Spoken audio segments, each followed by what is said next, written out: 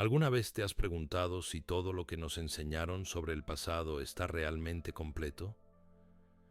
Quédate hasta el final, porque lo que vamos a descubrir juntos podría cambiar para siempre la manera en que miras las ruinas antiguas, los monumentos olvidados y esas piedras que llevan miles de años guardando secretos que nadie ha podido explicar del todo. Imagina por un momento a nuestros ancestros, esos pueblos que los libros describen como primitivos, armados únicamente con herramientas de bronce y piedra. Ahora imagina que esos mismos pueblos lograron hazañas que hoy, con toda nuestra tecnología moderna, nos costaría trabajo reproducir.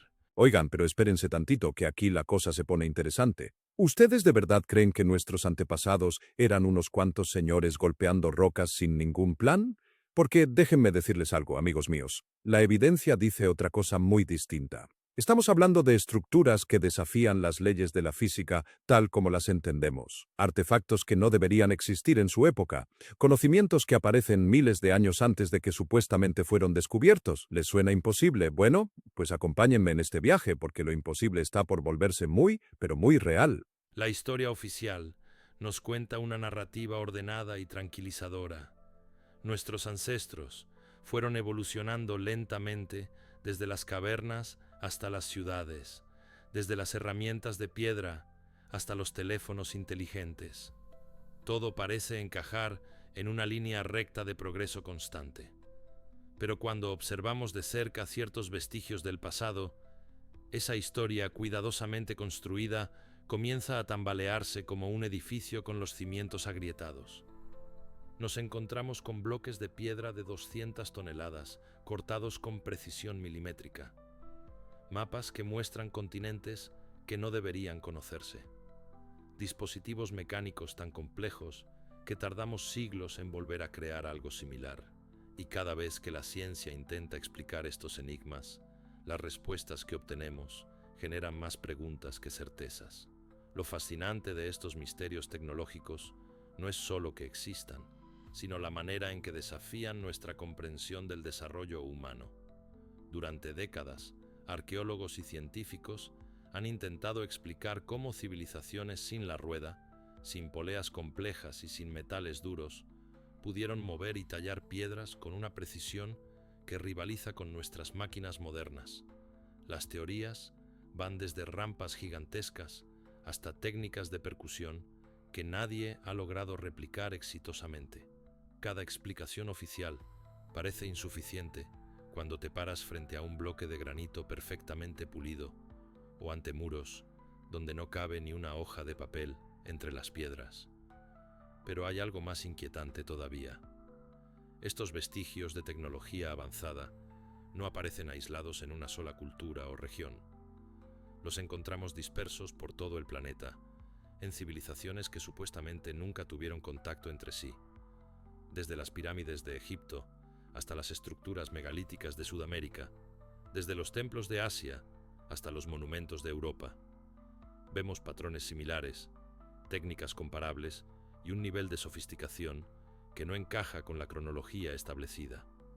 Es como si en algún momento del pasado existiera un conocimiento global que luego se perdió, dejando solo estos fragmentos pétreos como testimonio silencioso de lo que fue. Algunos investigadores sugieren que pudimos haber alcanzado picos de civilización mucho antes de lo que creemos, civilizaciones que florecieron y luego desaparecieron, sin dejar apenas rastro en el registro arqueológico. Otros proponen que ciertos conocimientos fueron transmitidos desde épocas aún más remotas, preservados por grupos selectos a través de milenios. Y están quienes plantean que subestimamos profundamente la inteligencia y capacidad de innovación de nuestros ancestros, atribuyéndoles limitaciones que quizás nunca tuvieron. Lo que resulta indiscutible es que estos artefactos y construcciones existen. No son teorías ni especulaciones. Son realidades físicas que puedes visitar, medir y estudiar. El debate no es sobre su existencia, sino sobre cómo llegaron a ser. Y es precisamente en ese cómo donde se esconden los secretos más fascinantes de nuestra historia, secretos que nos obligan a reconsiderar todo lo que creíamos saber sobre quiénes somos y de dónde venimos. ¿Saben qué es lo que más me intriga de todo esto, amigos? Que no estamos hablando de cuentos de hadas ni de leyendas de abuelita. Estamos hablando de piedras que puedes tocar, de estructuras que puedes visitar, de artefactos que están ahí, esperando que alguien se atreva a hacer las preguntas correctas.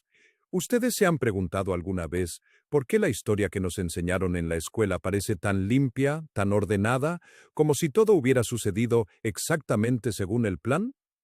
Pues agárrense porque vamos a empezar con la más grande de todas.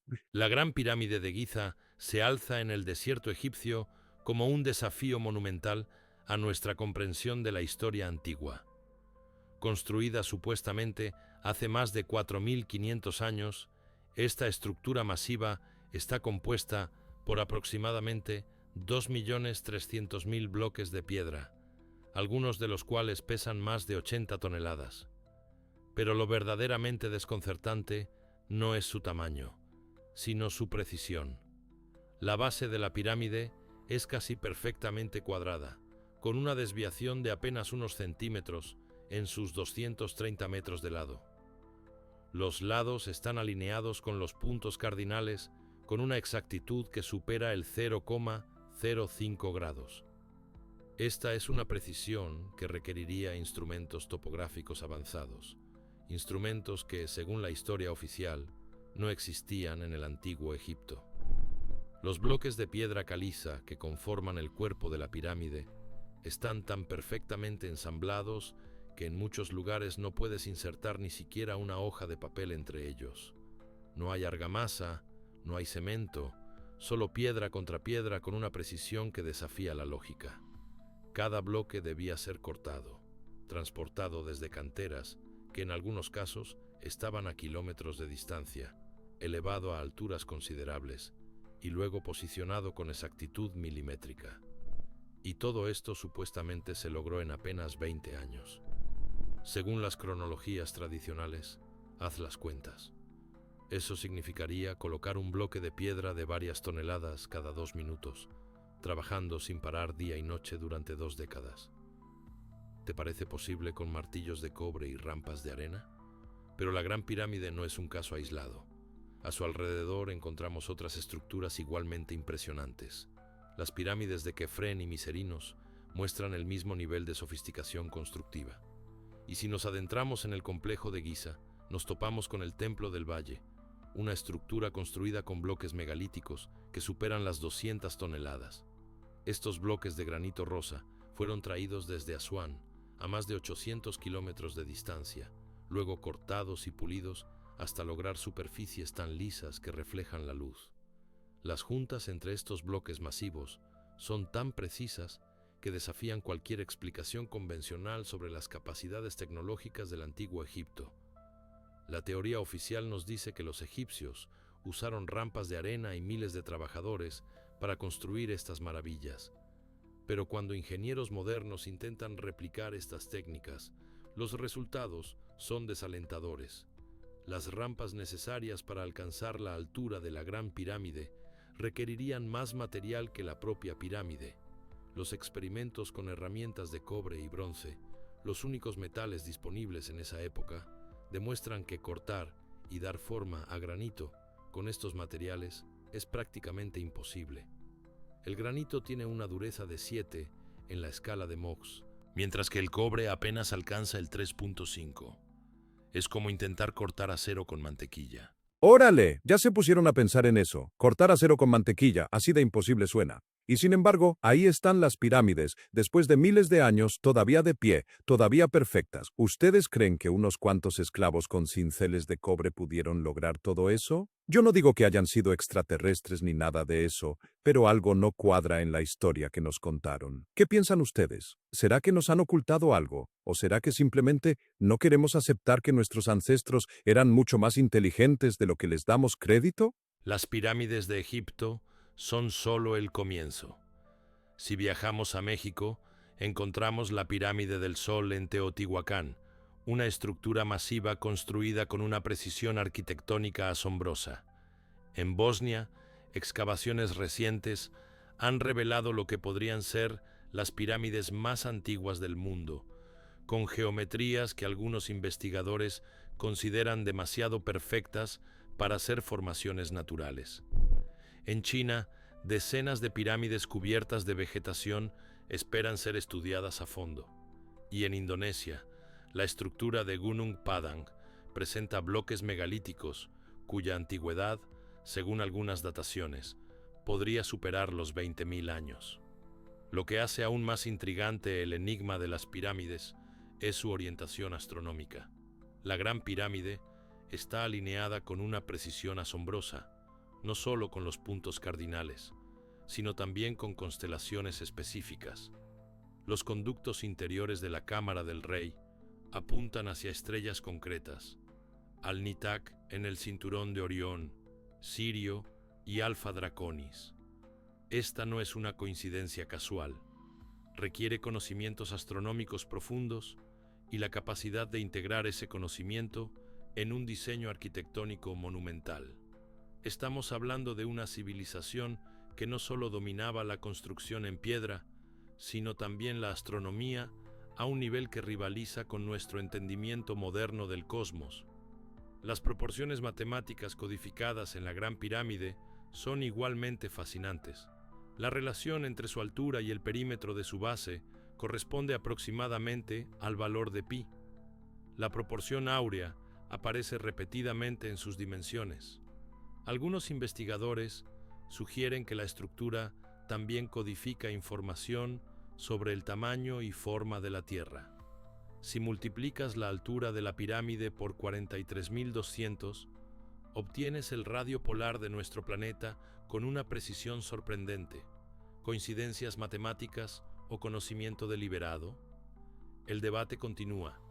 Lo que no puede debatirse es que estas estructuras existen y que su construcción requirió capacidades tecnológicas que no encajan con la imagen que tenemos de sus constructores.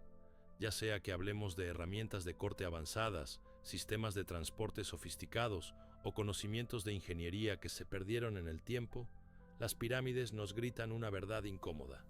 Subestimamos profundamente a las civilizaciones antiguas y quizás, solo quizás, existieron tecnologías en el pasado remoto que la arena del tiempo sepultó junto con sus creadores. Miren, yo sé que todo esto suena muy loco, pero espérense, que todavía no llegamos a lo mejor. ¿Se acuerdan de esos mapas viejitos que vimos alguna vez en los libros de historia? Bueno, pues hay unos mapas que no tienen ninguna explicación lógica. Mapas que muestran lugares que supuestamente no se habían descubierto todavía. ¿Cómo es posible eso? ¿Quién los dibujó?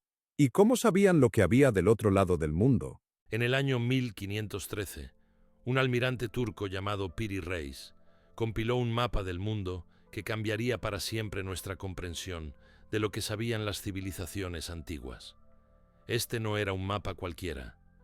Dibujado sobre piel de gacela, con una precisión cartográfica asombrosa, el mapa mostraba no solo las costas de Europa y África, sino también las Américas, un continente que supuestamente había sido descubierto apenas 21 años antes. Pero lo verdaderamente imposible no era eso. El mapa de Piri Reis mostraba la costa de la Antártida sin hielo, con detalles topográficos de la Tierra que yace bajo kilómetros de capa glaciar.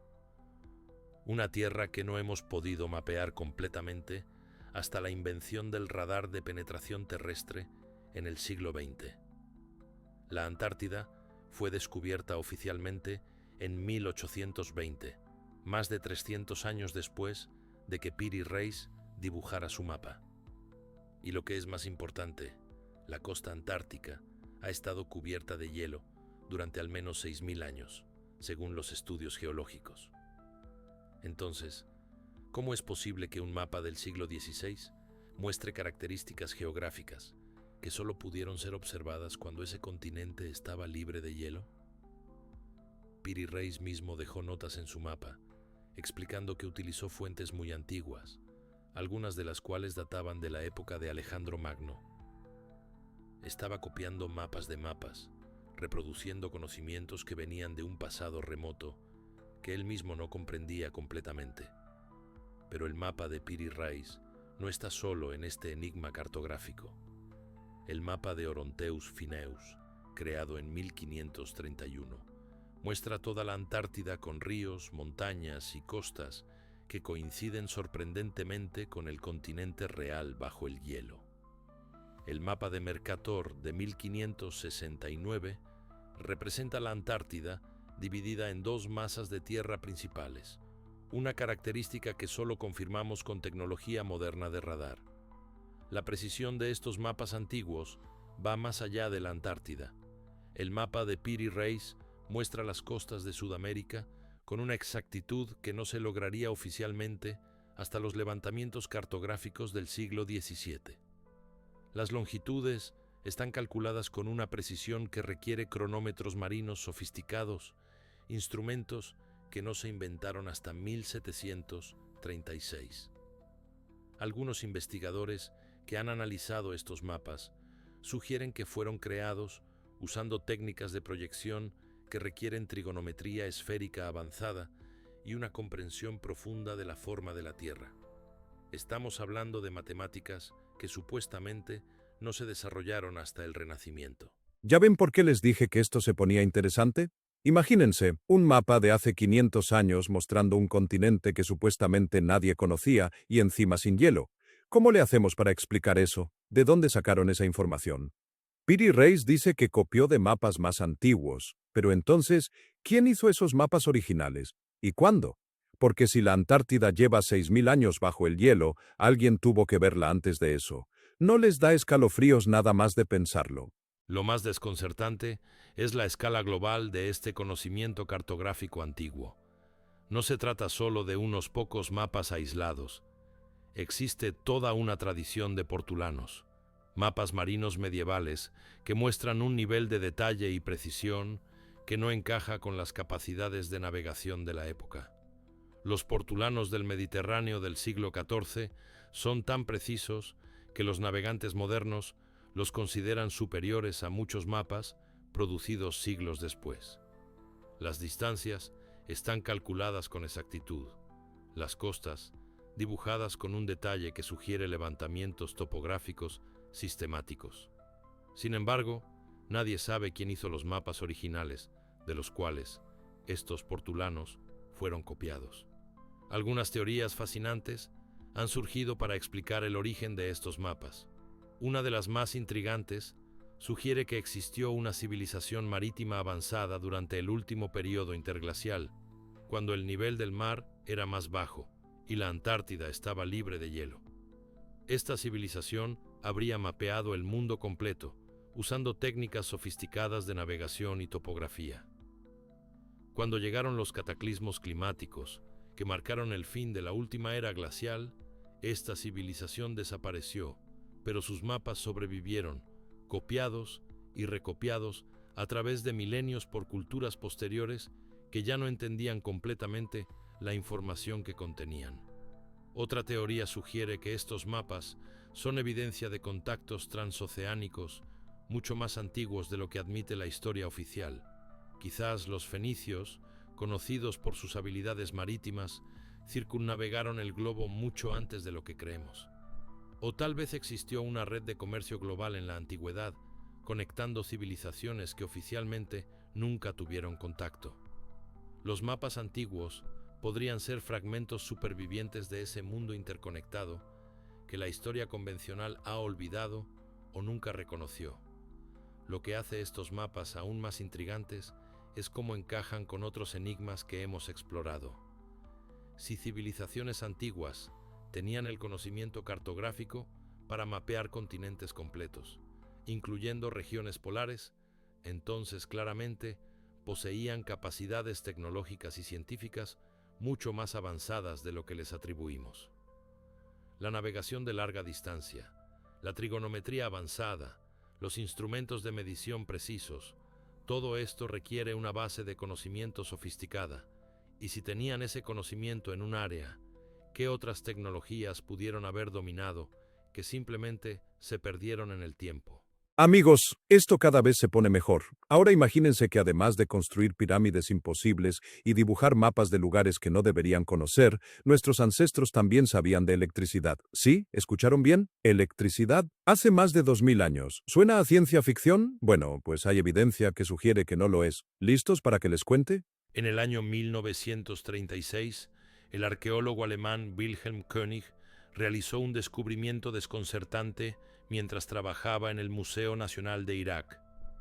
Entre los artefactos excavados cerca de Bagdad, encontró una vasija de arcilla de aproximadamente 15 centímetros de altura que contenía un cilindro de cobre y una barra de hierro.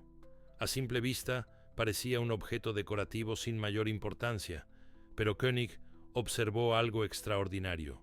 La configuración de estos elementos era idéntica a la de una batería galvánica moderna.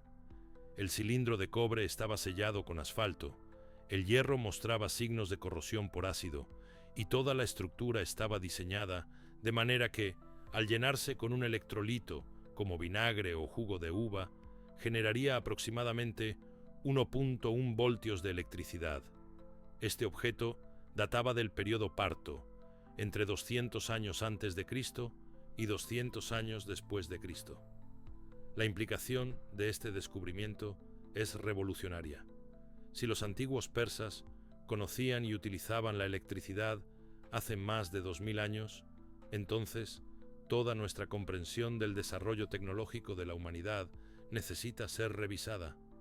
König propuso que estas baterías podrían haber sido usadas para electroplacar objetos metálicos, cubriendo hierro con oro o plata mediante un proceso electroquímico.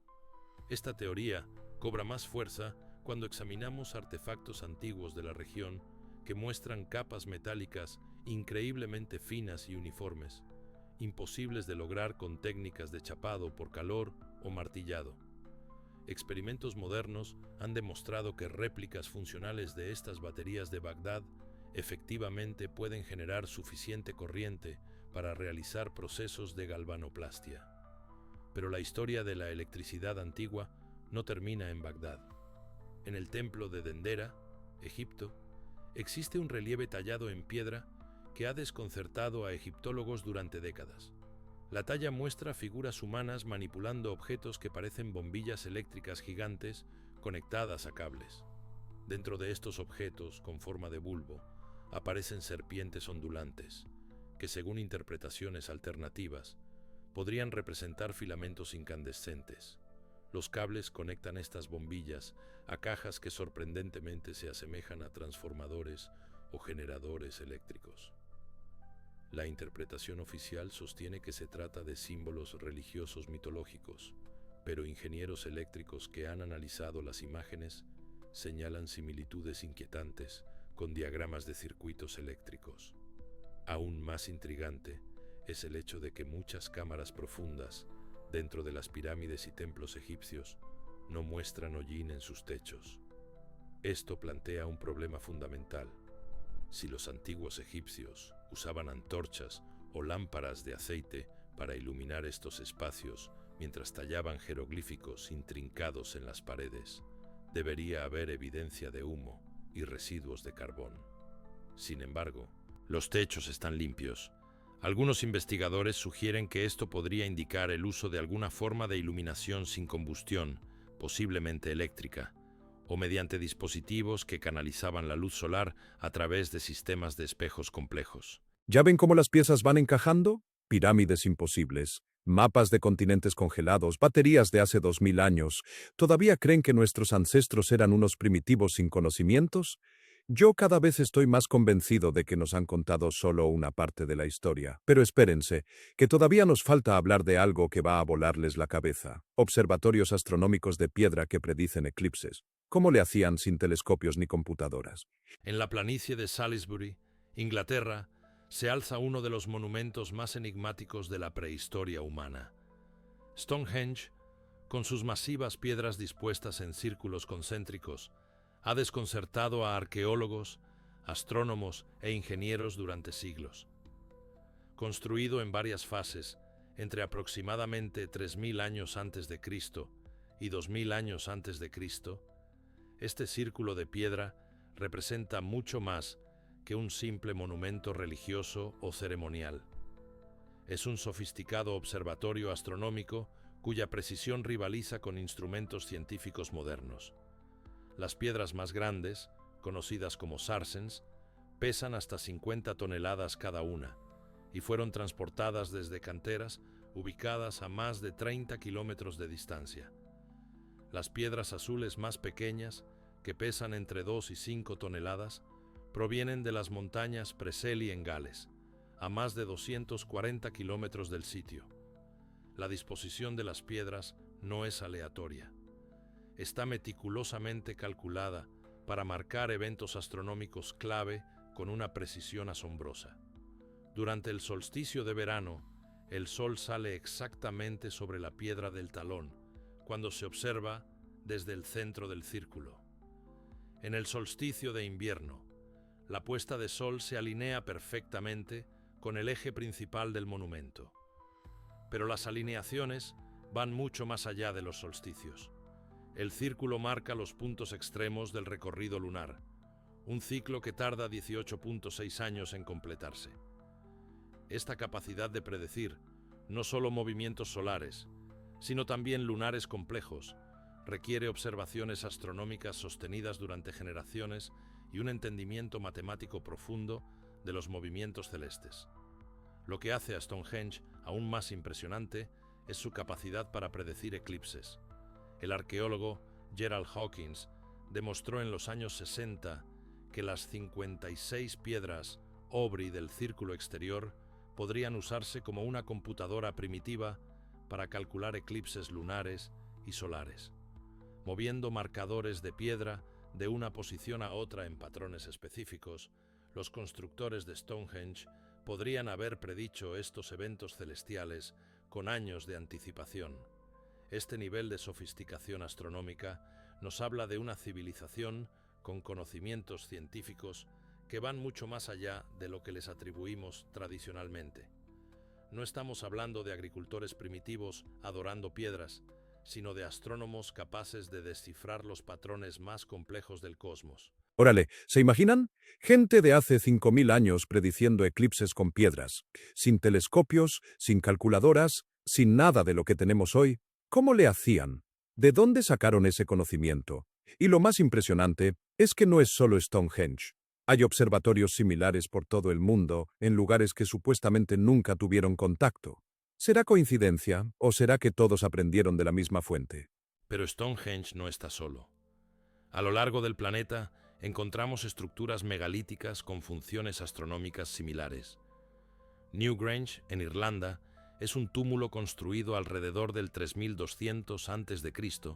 que presenta un pasaje que permite la entrada de luz solar solo durante el amanecer del solsticio de invierno, iluminando la cámara interior durante exactamente 17 minutos. La precisión arquitectónica necesaria para lograr este efecto es extraordinaria, considerando que el edificio ha mantenido esta alineación durante más de 5000 años, a pesar de movimientos tectónicos y cambios en la inclinación terrestre. En Carnac, Francia, más de 3000 piedras verticales están dispuestas en filas que se extienden por kilómetros, con alineaciones que marcan posiciones lunares específicas y eventos astronómicos estacionales. En América, encontramos observatorios igualmente sofisticados. En Chanquillo, Perú, 13 torres construidas hace 2300 años forman un observatorio solar que marca el movimiento del Sol a lo largo del año con una precisión de 2 a 3 días. Las culturas precolombinas de Norteamérica construyeron círculos de medicina como el de Big Horn en Wyoming, cuyas alineaciones marcan tanto eventos solares como el ascenso helíaco de estrellas específicas. En Chichén Itzá, México, el observatorio conocido como El Caracol tiene ventanas posicionadas para observar el planeta Venus en sus posiciones extremas, reflejando la obsesión maya con este planeta y su ciclo sinódico de 580 días.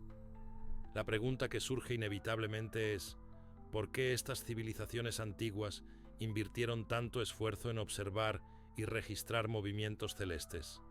La respuesta convencional apunta a la agricultura, la necesidad de predecir estaciones para optimizar siembras y cosechas.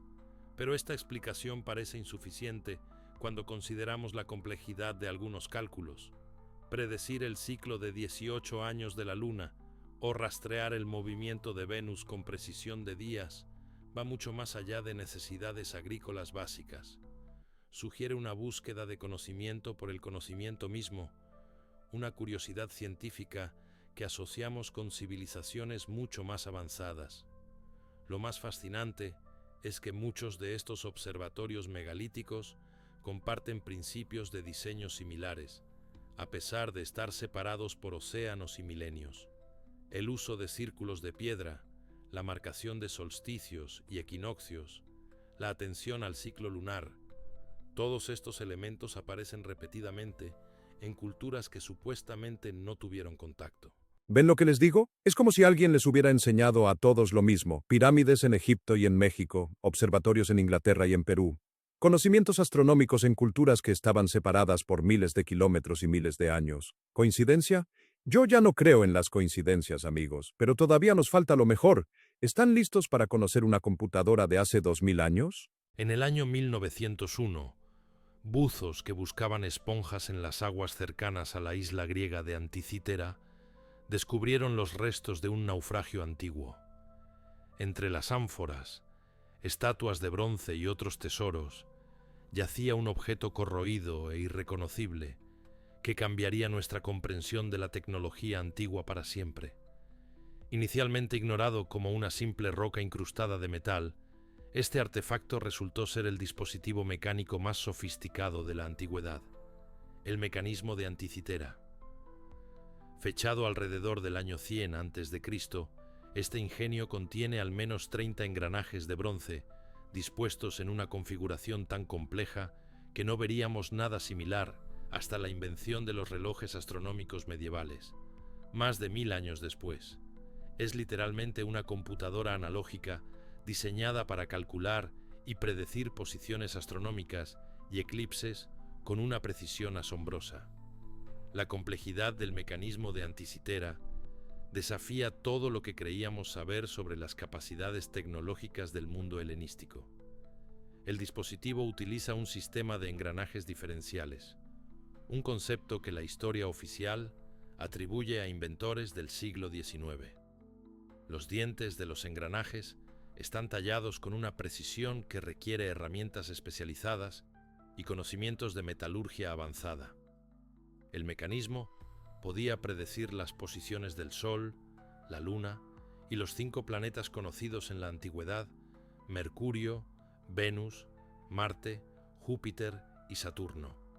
Además, incorporaba correcciones para las irregularidades en los movimientos lunares causadas por la órbita elíptica de nuestro satélite, un refinamiento que requiere observaciones astronómicas extraordinariamente precisas y cálculos matemáticos sofisticados.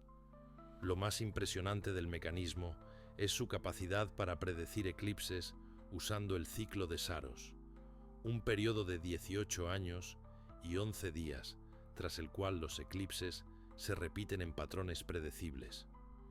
El dispositivo tenía un dial específico, dividido en 223 secciones que representaban este ciclo, permitiendo a su usuario anticipar eclipses solares y lunares con años de anticipación. Esta no era una simple calculadora astronómica, era una herramienta científica de investigación que permitía modelar y predecir el comportamiento del cosmos con un nivel de detalle que no volvería a alcanzarse hasta el Renacimiento. Los intentos modernos de reconstruir el mecanismo han revelado cuán avanzado era realmente. Ingenieros usando herramientas contemporáneas han luchado para replicar la precisión de los engranajes originales. Los dientes de los engranajes son triangulares en vez de cuadrados, una característica que reduce el desgaste y mejora la eficiencia, un diseño que los ingenieros modernos solo redescubrieron en el siglo XX. La pregunta que obsesiona a historiadores y científicos es inevitable. Si los griegos antiguos podían construir algo tan complejo como el mecanismo de Anticitera, ¿qué otras tecnologías dominaban que simplemente no han sobrevivido? ¿Se dan cuenta de lo que esto significa? Una computadora de hace 2000 años, y no una computadora cualquiera, sino una que podía predecir eclipses y movimientos planetarios. Los griegos tenían esto, y luego se perdió. Durante más de 1000 años, nadie pudo construir nada parecido. ¿Cómo es posible que el conocimiento simplemente desaparezca? ¿Cuántas otras maravillas se perdieron sin que nadie las recordara? El mecanismo de Anticitera nos obliga a reconsiderar la naturaleza del progreso humano. Siempre hemos asumido que el desarrollo tecnológico es lineal y acumulativo, que cada generación construye sobre los logros de la anterior en una marcha inevitable hacia adelante. Pero este dispositivo nos muestra que el progreso puede ser frágil, que conocimientos extraordinarios pueden perderse completamente cuando las civilizaciones colapsan. Los griegos que construyeron el mecanismo de Anticitera dominaban principios de ingeniería mecánica, astronomía matemática y metalurgia de precisión, y luego ese conocimiento desapareció. Durante más de 1000 años después del colapso del mundo helenístico, nadie en Europa o el Mediterráneo pudo construir nada remotamente comparable. El conocimiento se perdió, las habilidades se olvidaron, y la humanidad tuvo que reinventar lentamente lo que una vez supo. El mecanismo de Anticitera es un recordatorio silencioso pero poderoso de que el progreso no es inevitable ni permanente. Es una advertencia desde el pasado de que las civilizaciones pueden alcanzar alturas tecnológicas extraordinarias y luego caer en la oscuridad, dejando solo fragmentos oxidados como evidencia de lo que alguna vez fueron capaces de lograr. En el complejo de Qutba, en Delhi, India, se alza un pilar de hierro que desafía todas las leyes conocidas de la química y la corrosión. Erigido hace más de 1600 años, probablemente durante el reinado del emperador Chandragupta II, alrededor del año 400 después de Cristo, este pilar de 7 metros de altura y 6 toneladas de peso de hierro puro ha resistido la corrosión de manera que ningún metalurgista moderno puede explicar completamente. A pesar de estar expuesto a los monzones de Delhi, la humedad extrema y siglos de cambios climáticos, el pilar muestra solo una oxidación superficial mínima. En comparación, estructuras de hierro modernas en las mismas condiciones ambientales comienzan a mostrar corrosión significativa en cuestión de décadas. Este pilar ha permanecido prácticamente intacto durante 16 siglos, un logro metalúrgico que desafía nuestra comprensión de la tecnología antigua. Análisis modernos revelan que contiene aproximadamente 98% de hierro puro con trazas de fósforo que rondan el 1%. Esta pureza es asombrosa, considerando que fue forjado en el siglo V, mucho antes de los procesos industriales modernos de refinamiento. Durante el proceso de forjado, el fósforo migró hacia la superficie, donde formó una capa protectora de misaguita, un compuesto de hierro, oxígeno y fósforo que actúa como un escudo contra la oxidación adicional. Esta capa protectora se autorrepara, creando efectivamente un material que mejora con el tiempo en vez de degradarse. ¿Ya ven? Un pilar de hierro que no se oxida después de 1600 años. Los científicos de hoy todavía no pueden explicar completamente cómo lo lograron, y esto no es un caso único. Por todo el mundo encontramos ejemplos de metalurgia antigua que no deberían existir, aceros que cortaban seda flotando en el aire, aleaciones que contenían nanoestructuras que nosotros solo descubrimos en los años 90. ¿Cómo sabían todo esto sin microscopios ni laboratorios? La espada de Damasco representa quizás el pináculo de la metalurgia antigua. Estas hojas, forjadas principalmente en el Medio Oriente entre los siglos III y XVIII, eran legendarias por su capacidad de cortar seda flotando en el aire y partir en dos un rifle sin perder el filo. El patrón ondulado característico en el acero no era meramente decorativo, sino evidencia de una estructura cristalina única creada mediante ciclos específicos de calentamiento y enfriamiento. Investigaciones modernas han revelado que el acero de Damasco contenía nanotubos de carbono y nanohilos de cementita, estructuras que solo descubrimos en los años 90. Los herreros antiguos lograron crear estas nanoestructuras sin entender su existencia, usando técnicas transmitidas de maestro a aprendiz durante generaciones. Desafortunadamente, el secreto se perdió en el siglo XVIII y aún hoy luchamos por replicar completamente las propiedades del acero de Damasco original. El enigma de estas aleaciones y técnicas metalúrgicas perdidas plantea preguntas fundamentales sobre cómo se desarrolla y preserva el conocimiento tecnológico. Muchas de estas técnicas no estaban documentadas por escrito. Existían únicamente en la memoria y las manos de artesanos especializados. Cuando esas tradiciones se interrumpían por guerras, colapsos económicos o cambios culturales, el conocimiento desaparecía completamente. Esto significa que pudieron existir docenas o cientos de otras técnicas metalúrgicas sofisticadas que simplemente no dejaron evidencia física, o que sus productos fueron fundidos y reutilizados sin que nadie reconociera su singularidad. El Pilar de Delhi y estos otros ejemplos de metalurgia imposible nos recuerdan que los antiguos no eran tecnológicamente primitivos, simplemente usaban diferentes caminos hacia la sofisticación. Mientras nosotros alcanzamos nuestros logros metalúrgicos mediante comprensión teórica de química y física de materiales, ellos lo hicieron mediante milenios de experimentación empírica y refinamiento gradual de técnicas. Bueno amigos, hasta aquí llegamos por hoy. Espero que este viaje por las tecnologías imposibles del mundo antiguo les haya dejado pensando, porque esa era la idea. No se trata de creer en extraterrestres ni en conspiraciones locas. Se trata de abrir los ojos y aceptar que quizás, solo quizás, nuestros ancestros eran mucho más capaces de lo que les hemos dado crédito. Y si les gustó lo que escucharon, no olviden suscribirse al canal, para que no se pierdan el próximo viaje. Y déjenme un comentario, cuéntenme qué parte de todo esto les hizo recordar algo de su propia vida, alguna historia de sus abuelos, algún lugar que visitaron, algo que vieron y no pudieron explicar. Porque al final, todos somos herederos de esos gigantes cuyas sombras apenas estamos comenzando a distinguir en la niebla del tiempo. Nos vemos pronto.